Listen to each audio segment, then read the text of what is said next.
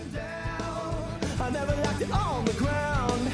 I'm not coming down. I wanna go higher, higher, higher than that. This is Write Your Own Story, 3 Keys to Rise and Thrive in Life and Business. I'm your host, Rebecca Fleetwood-Hession. I can't wait for you to meet our guest today, which I just met myself.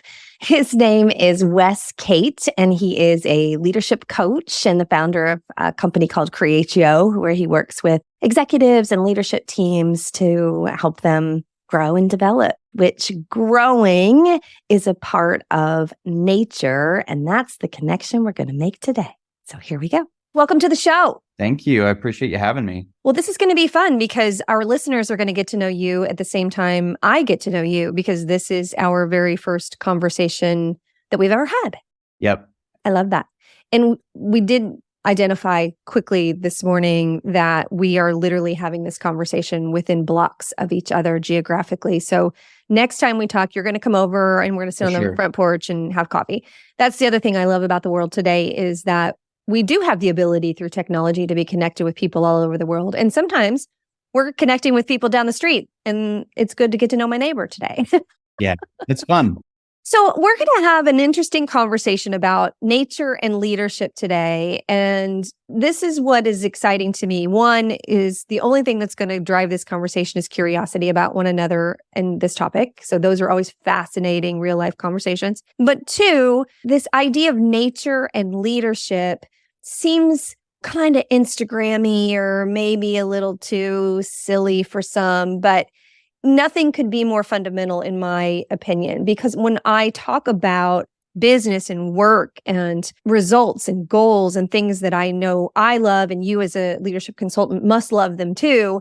But when we were in an agricultural society, we were very in tune to our personal needs, which listeners of the show know is personal, emotional, and social, and not so attuned to a business need of control, measure, optimize.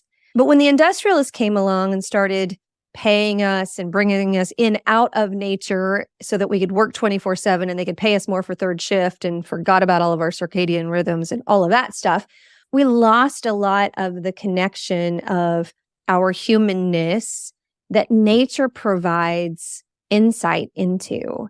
When I work with my clients, I'm always saying, let's look at nature. Literally, sometimes I'm like, just go outside and stand in the grass for a minute until your heart rate can regulate, and then we'll make a decision. So I'm excited to have this conversation with you because I think we have similar interests in how nature guides us. I'm really excited that you want to talk about this. When I recommended that this is a possible topic that we could talk about, I was like, this one's sort of weird. It was number 5 on a bullet point list. And I was like, oh yeah, that's it.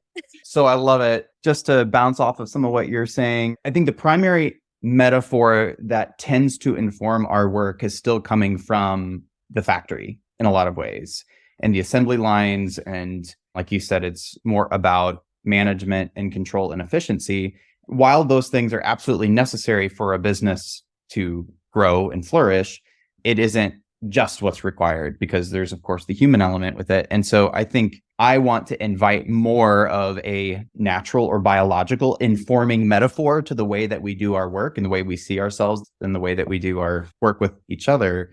I think you said it seems a little Instagrammy, but there's one version of that it could. But I think nature is a really good teacher about how things grow. And I think nature is also a really good teacher about how things grow in complex systems. I have learned quite a bit from being a lover of gardening and somebody who loves to hike, of just learning about stuff that grows and stuff that has to grow together in cooperation with other stuff. The Instagrammy comment is because the nature conversation has separated too far from the business conversation. So it's like the nature people aren't serious business people. They're doing things that are just more, yoga alike or something. Yeah. And I'm saying, I don't care what you're doing. The laws of nature are applicable to business. So I love that we're bringing it together and making it less separate. And the way that I see them actually playing well together. So you've got a tomato plant that is going to vine in 1,000 different ways, and it's going to grow along the ground. And actually, for that tomato plant to work the best, it needs structure. And so you have the structure or some of the structures that we might systems, processes that we might think about in business that can enable how the actual tomato plant grows and thrives and is able to produce fruit. I think where we can get sideways is when the tomato plant tries to serve the structure rather than the structure trying to serve the tomato plant. If we do nothing else for the world today, that is red gold, Indiana Tomato Love it. Company. That's I love awesome. making a good connection. And I, as well as my father, waited too long this year to put my little structure cage over my singular tomato plant. And then I was out there roping and wiring and begging it to stand up, and it was hard. But if I would have put the structure in place first, as I know to do, that wouldn't have been so hard. And it wouldn't have been so rickety now and at risk. I'm just sitting here thinking, like, for something to grow and thrive such that the tomatoes, I mean, we're just riffing on tomato plants right now, but the tomatoes, without that structure, the fruit is going to rot on the ground. And so it might be growing in some ways, but again, it needs the structure. How often do you run into that situation where a leader is trying to create a company culture that is very friendly and we want people to want to work here? And, you know, we went through that big movement for a while, especially in tech. If I have a foosball table and a beer on tap, then everybody gonna be happy. And what was lacking, even in some really large companies that I worked in, was people were craving structure. People were saying to me, I know we have every amenity available to us and I'm supposed to be happy, but Rebecca, I want to know what the goals are. I want to know what the rules are. I want structure. I think the job of a leader and managers within, like, further down in an organization is to create that structure in a way that both helps the people that are doing the work do their best work. So one of my definitions of leadership is creating the conditions in which we do our best work and become our fullest selves. We can create structure, and some of those structures that I smell for in early conversations with clients or with prospects is, are you clear on what your goals and objectives are? What is the next major move of your company? How much does your team know that? What does success look like? And then even some of the more tactical things is, do you have regular one-on-ones with your team members? What is the cadence that you have of your team meetings? Even if you double click into those one-on-ones or those team meetings, then I think those are structures in my mind. But then you start to get into some more organic forms in there is, how do I create the conditions in a one-on-one setting or in a team setting such that the team is able to thrive? And how do I create the conditions in a one-on-one setting in which these two individuals, the relationship that exists between a leader and somebody that is reporting to them or a peer, is able to thrive as well? And I think that there's a lot that nature can teach us about what those conditions look like. 100%. And the structure is to allow the tomato to be its biggest, boldest, best self. The structure doesn't tell a tomato how to grow. It doesn't tell a tomato what color it needs to be or what variety it needs to be. Our uniqueness is enabled better with structure. The structure isn't telling us what to do or how to do it. It's just telling us what the rules are, what the goals are, and how can we be our best because of it. And I think the rules are interesting topic because I think oftentimes when I hear rules anyways, I kind of wince at that. I don't really like being told what to do too much. I think most people don't, but I think that there are good rules that we can establish for the way that we interact with one another, like how we're going to agree to communicate with one another, how we are going to agree to deal with conflict, or establishing norms on giving and receiving feedback, these kinds of things. Agreed.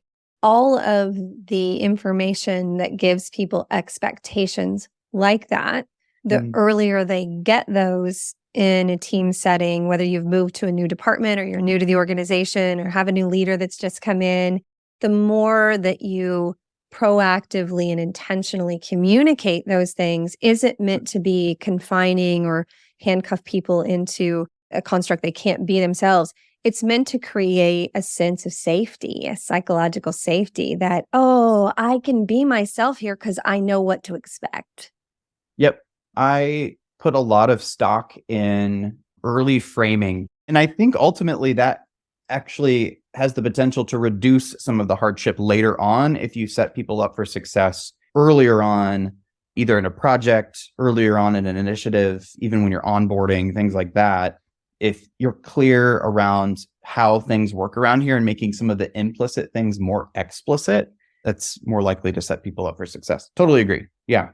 We, as humans, make a lot of assumptions that everyone sees situations, the work, the challenges similarly or exactly the same as we do, because either we've been doing the work for so long, it's just ingrained to who we are, and we forget sometimes to slow down and pause and make sure that we are synced up with people, or to learn something new, especially people that have been in an organization or an industry for quite a long time.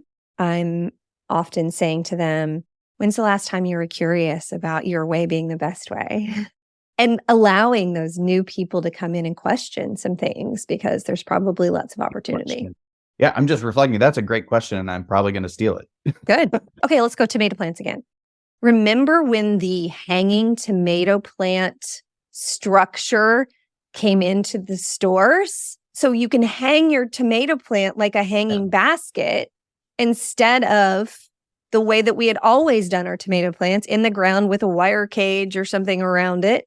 And then all of a sudden, you could go to Lowe's or someplace and buy this hanging tomato plant. And I'm like, that's brilliant, because then you don't have to worry about them rotting on the ground. They still have structure.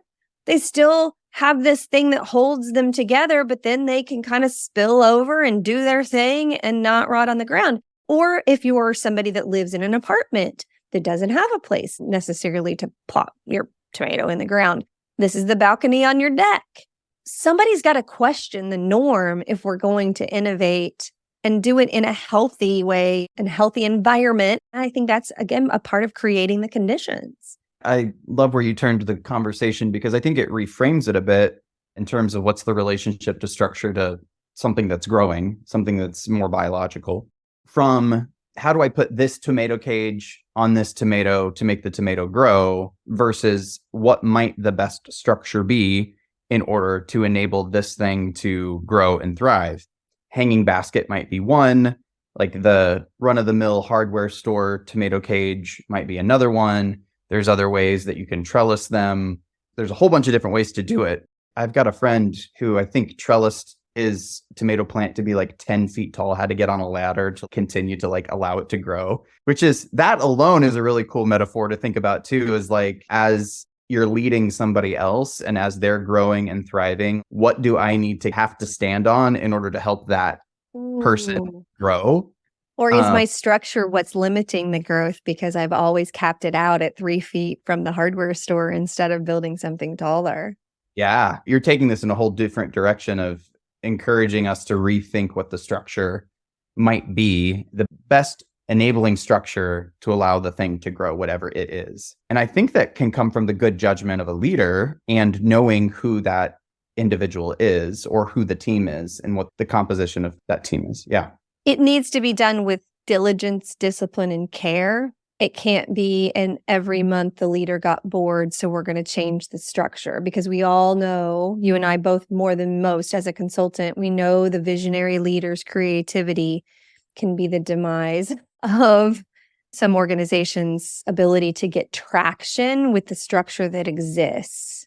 And I think what creates that consistency is that consistency of the way that leader is interacting. And it's not just highly experimental such that people don't know what to do with it. And I would think that one through line, I'd be curious what you think a through line would be of what sets that consistency is. I think we need to be curious about how things grow. Maybe I'm being too definitive here, but I think leaders have to be curious about growing things and how growing things grow, and especially people, not just the business itself, but how do people and teams grow and thrive?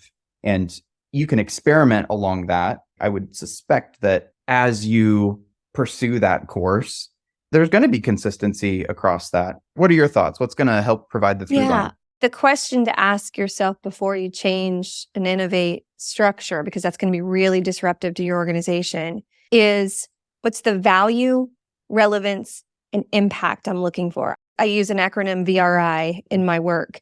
And those three questions can be really guiding before you go announce to somebody because you got bored and you think, hey, I wonder what happens if we change the reporting structure. I wonder what happens if we change the compensation system. So to ask yourself, who's this for and why does it matter? And is it really to serve people? If it's not to serve people, either customers, employees, whomever, to really be diligent in your asking yourself those questions before you just throw something out in a meeting, especially if you're a strongly visionary, creative leader. The people in your organization learn to listen for cues that change is coming because change comes so often. And then the diligent people will try to get ahead of the change and already start making changes even before it's official. And it may have just been something that the leader just said out loud and forgot that he or she said it, and it's never going to come back around.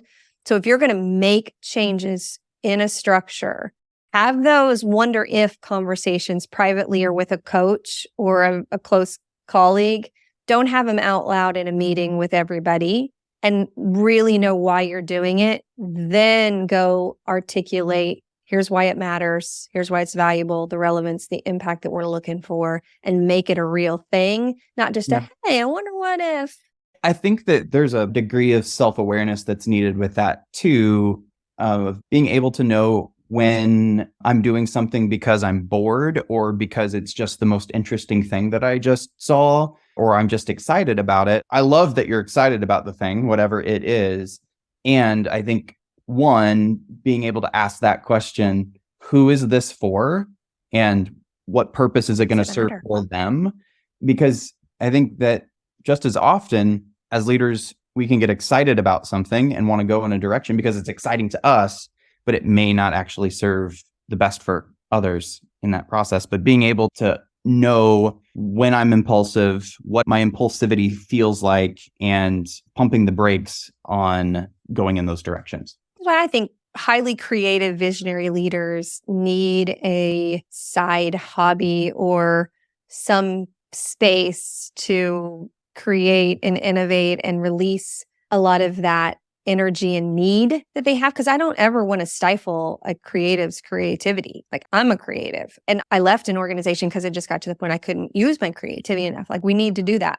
Yeah. But sometimes I will say to myself, Rebecca, your business doesn't need innovated today. That's just going to cause more disruption on the other side. Like, why don't you go research something? Why don't you go paint something? Why don't you go get a piece of furniture from the side of the road and bring it home and sand it in the garage and paint it? And that will solve all of your rearranged furniture in your house. Like, sometimes I will stop myself from a wild idea in my business and go do something creative that also lights my heart on fire, so I don't have to unleash all my creativity inside the business all the time. Yeah, I've noticed with creative people that they have a tendency to have hobbies that they're fascinated with outside of work that's maybe completely different than what they're normally used to doing inside of their job, whether that's gardening or beekeeping or kickboxing. One of mine is a drummer. And so he was really frustrated with his business, and there was all kinds of challenges with the software, and he was just losing his mind. And all of it was out of his ability to influence it. He couldn't go code and change it and fix it. And he had mentioned one day on a call that he was thinking about putting a band back together because he hadn't had a band together for a while. I said, so help me God, please go do it. It's your assignment as your coach. Like, I need you to go focus all of your intention on putting a band together and leave this thing alone, because it's going to drive you crazy and them crazy if you keep monkeying around in it.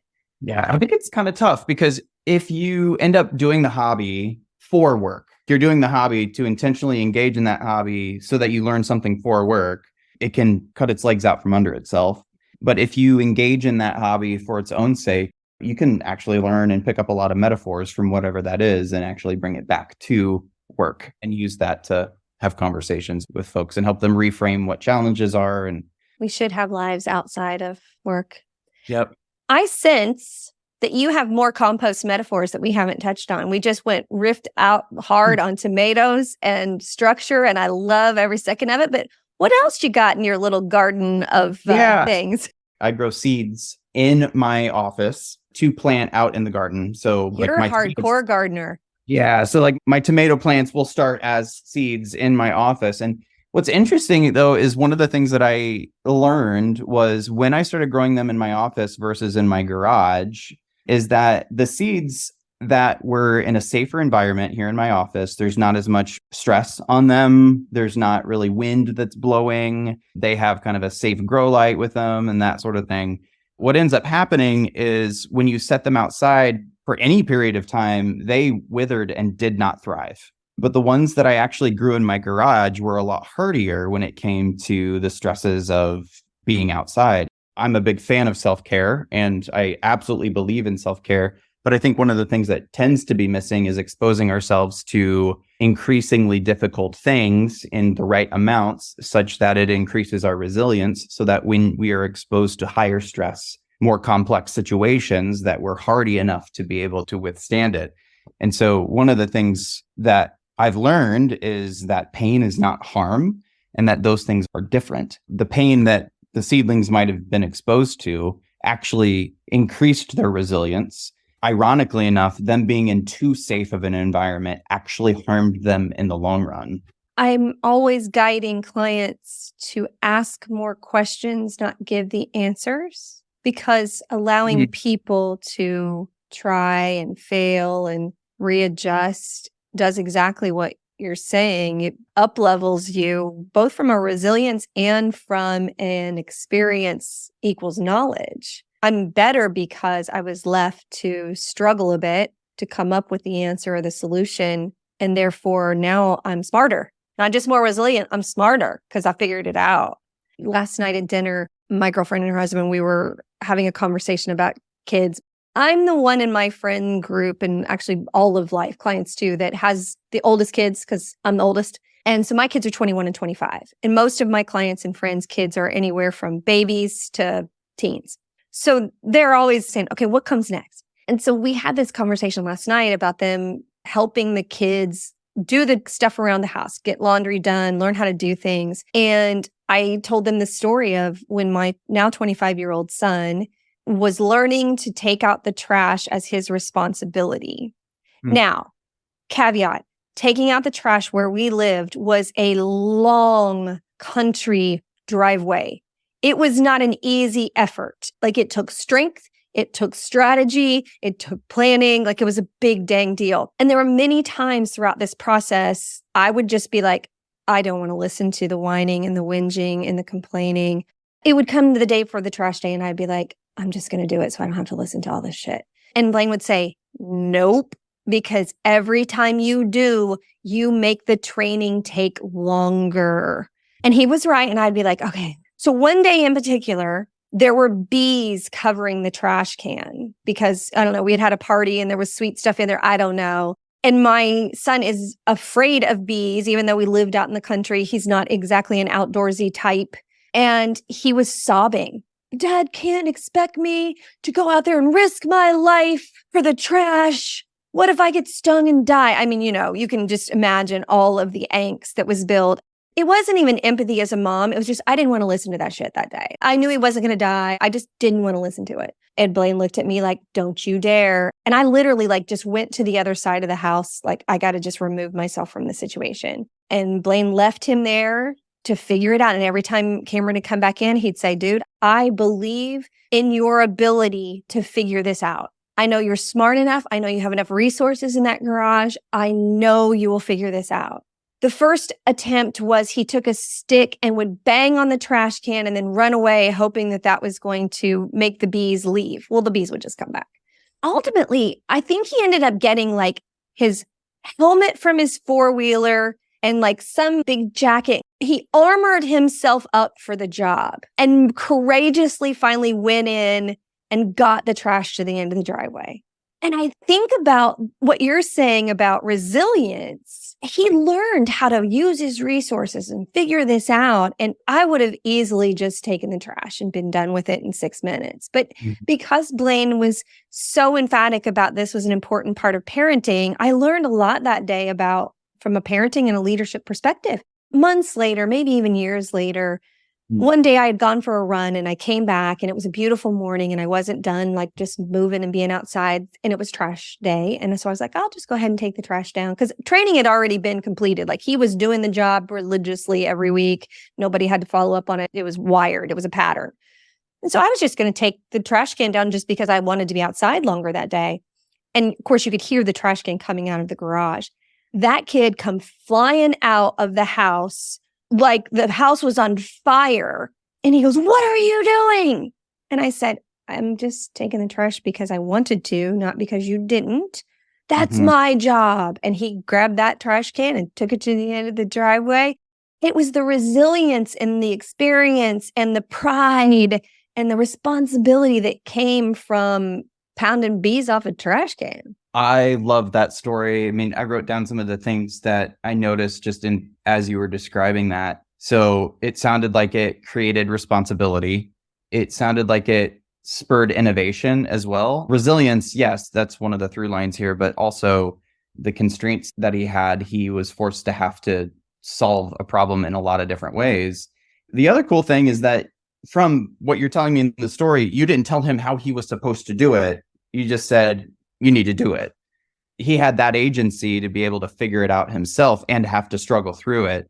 But I think that that is a really great picture and example of all the things that can come from that our own discomfort of letting somebody else have to struggle through solving the problem, whatever it is. And I love the tomato plant experience because how often do we overly protect employees and kids and friends and spouses and anybody that we truly love? And we do it out of care, but we're actually stunting their growth and making life harder for them. Yeah. And our tendency, I think, is to like find them a different job within the company or adjust whatever the role is.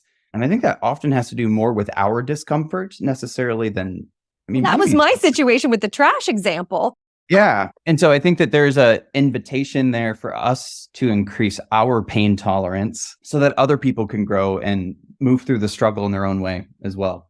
And you think about a leadership structure, your sense of discomfort about waiting for somebody to figure something out means that what if results don't happen quickly enough? And so I got to report to somebody usually. Everybody got a boss. So then we jump in and save the day thinking it's more efficient, but it's not more effective. Yep. That's a big takeaway that I've got. But if you're really going to build the kind of employees that are there to take responsibility and want to run out of the house to take the trash can down when somebody else tries to, this law of nature and law of the harvest is at play. It also makes me go back to the structure conversation too, is that if you're growing the people that are going to grow the business, and as you see those people grow and develop, go through some of the challenges and struggles that they need to go through, and then take new responsibility on the other side of whatever that difficulty is, then what are the new structures that I can build in response to their marginal increase in how they've grown as an individual? Rather than always thinking about structural fixes to things or structural fixes to growth or approaches to growth, what are the human approaches to growth that then the structures can be a response to? I don't have a good answer for that's big though. But I think it's an interesting thing to play with or imagine. Yeah. Okay. This is a whole nother rabbit hole that we don't have the time today to dig into. But I believe that the publicly traded 3-month turn of necessity for results is what keeps us from doing many of these practices that are more nature intended, because we fear the quarterly reports more than we fear not preparing employees for the long haul. Again, we don't have time to tackle that today. But I think about that story with Cameron. It just popped in my head. You know, at the time he was, I don't know, 10, 11.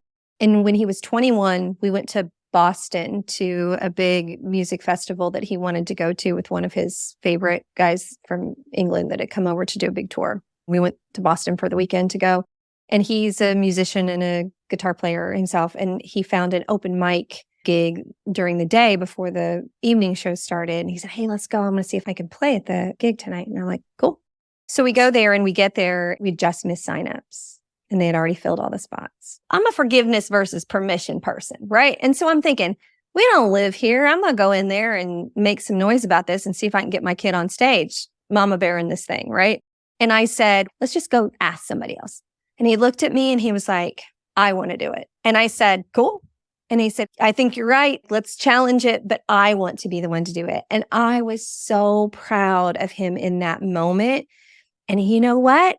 He went around, he asked somebody that he followed online. He kind of knew them from social media and said, man, it's my 21st birthday. I missed the signups. Is there any way you could get me on stage? I'm going to cry remembering this.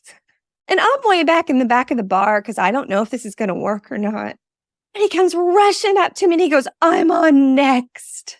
And he grabs the guitar that he borrowed from somebody because we'd flown there and the bar was packed.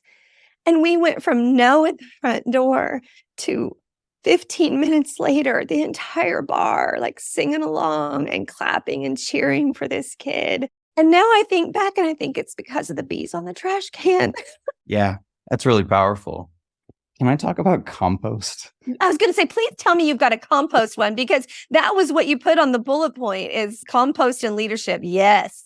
I have maybe an unhealthy obsession with compost. I would eat it if I could. I'm fascinated by compost on so many levels. One is you're just sort of putting everything that happened in the garden into a pile. There's some layers that you want to be intentional about with, but it's that process of decomposition. Basically, when everything starts to break down as granular and as soil, you're like, it's basically dirt, but it actually represents our greatest potential. It represents what is going to create the best conditions for growth later on.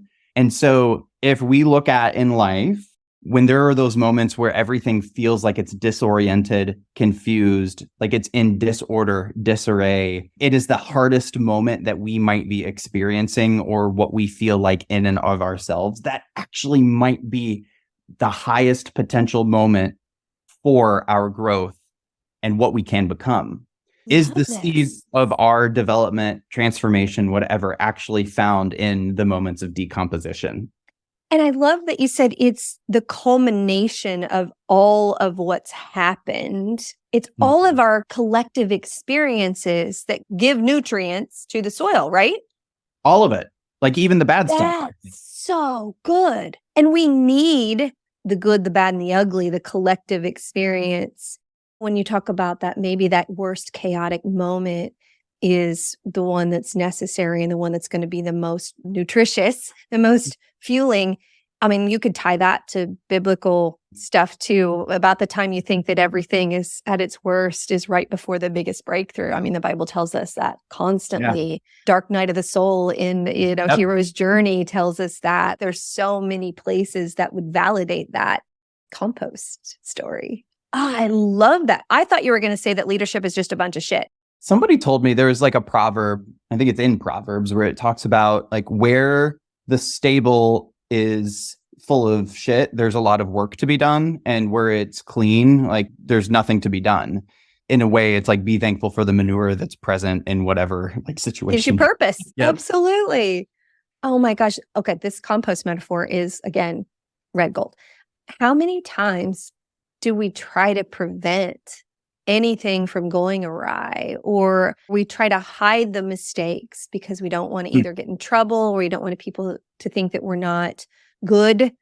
And so how much more productive and nutritious, if we're going all in on this compost metaphor, would it be if a leadership team sat down as a part of their regular weekly cadence or monthly cadence, whatever it is in the structure, to say, let's talk about all the things that went awry this week and what we learned from them and how we're going to all learn from them. You had talked about psychological safety earlier, and one of the important elements of psychological safety is that we can report errors to one another. And so that I feel that each individual in the team feels safe enough to be able to report errors. In that way, you could view that as compost in a lot of ways, because we are vulnerable enough, or the environment within that team is vulnerable enough, that we can share whatever errors, both in terms of like, hey, I don't know what's going on here, or I'm unclear on something, I'm confused about something, or I bombed that sales meeting, Or it could even be, you know what, I've actually been avoiding you, or I've even been working around you, of being able to say those things out loud. Once we get it on the table, we can figure out how do we solve the problem. But unless it's there in the compost pile. I would even call it that as a leadership meeting. And the tagline would be, let's break it down. I love that. Let's co-brand it. Let's. We have designed a new leadership tool for our toolboxes.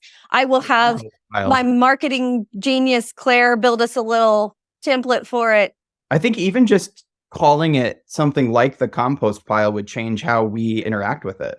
Yeah, because we know that compost is nutrition. You are delightful. I have enjoyed this so much. Seriously, come over for coffee and we'll sit on my front porch and talk about leadership. This was delightful. I didn't know what we were going to get into and how it was going to go. And you picked the weirdest one on the list and we were off to the races. And my day is made because I got to talk about gardening and compost in the context of leadership development. So thank you so much for asking the questions. How can people stay connected with you? What's the best way to find you and connect with you? You can find me on LinkedIn. My profile is just Wesley Cate, or you can go to my website. It's https://creatio.space. Yes, you need to put in all of that jargon at the front end to get there. www won't do it. So creatio.space is my website. And there you can kind of learn a little bit more about my practice. And you can be hired as a coach, right? Yeah. So I'm an executive coach and leadership consultant. I work with executive teams and senior leaders, mostly in the lower middle market, ambitious companies in the lower middle market who are in important moments of change and transition, or transitioning responsibility, or trying to recalibrate life and work. I love that. And we need great leadership consultants always. And even though we both do the same kind of work, it would be silly for us to think that the world didn't need the different approaches that we all have. I think that's what's so wonderful about being an abundant mindset of, there are times that I'll meet somebody and go, oh, I know somebody that's a much better fit for you. So if I ever have a prospect that's deep into gardening, I'm going to be like, oh, hold on, I got to introduce you to Wes. Like, he's going to be a better coach for you. Same, Rebecca. Thank you for being here. This has been great. And let's stay in touch. I'm not coming down. I never left it on the ground. I'm not coming down. Thanks for listening to this episode. I would love it if you would go to Apple Podcast and leave a rating and a review. And then you can go to RebeccaFleetwoodHessian.com and join the Badass Women's Council. And if you really want to take a deeper dive, join the movement of 1,000 Thriving Women. There's amazing Thrive tools there for you today. Love you, mean it. I'm not coming down. Hey y'all, fun fact, if you like the music for the podcast, that is actually my son, Cameron Hessian. And I would love it if you would go to Spotify and iTunes and follow him and download some of his other music. My personal favorite is TV Land.